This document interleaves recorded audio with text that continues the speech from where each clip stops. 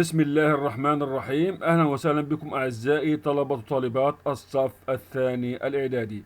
النهاردة يا شباب هناخد باراجراف جديد اسمه Objects from Egypt's Past. أدوات كان يستخدمها المصريون في زمن الماضي.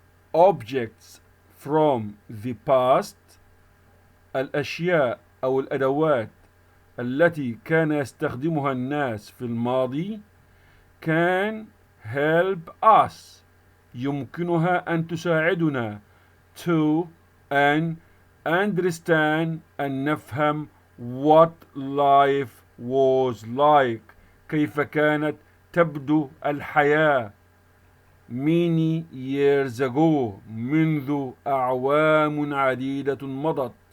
full stop.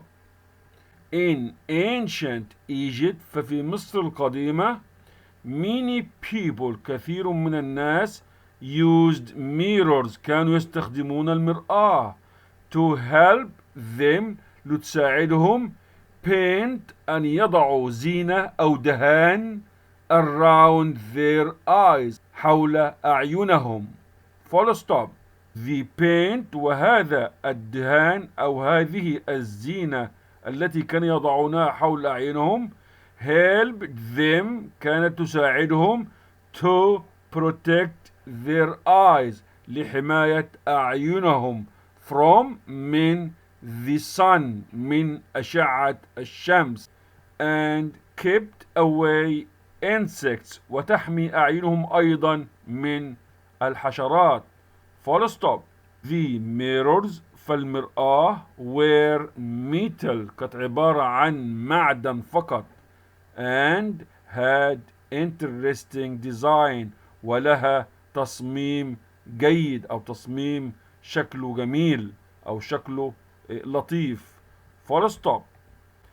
The ancient Egyptians، كما أن القدماء المصريين used، استخدموا pots، الأواني and bowls، والأطباق for making food، لصناعة الطعام such as، مثل bread، مثل الخبز. full stop.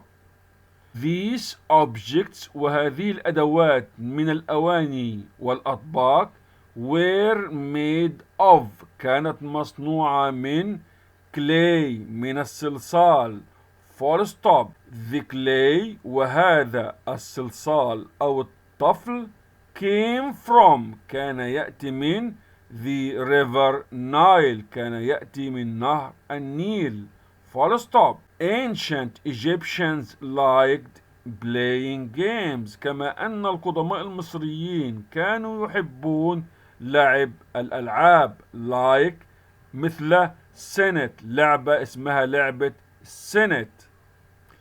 لعبة السنت دي بتتكون من صندوق خشبي وفي فراغات بتصميمات معينة. full stop. they made، فقد كانوا يصنعون the boxes، صناديق of سنت، هذه اللعبة التي تسمى سنت from wood، من الخشب. شكرا يا شباب، وإلى اللقاء في الدرس القادم، مع تحيات قناة مستر محمد قشاوي التعليمية.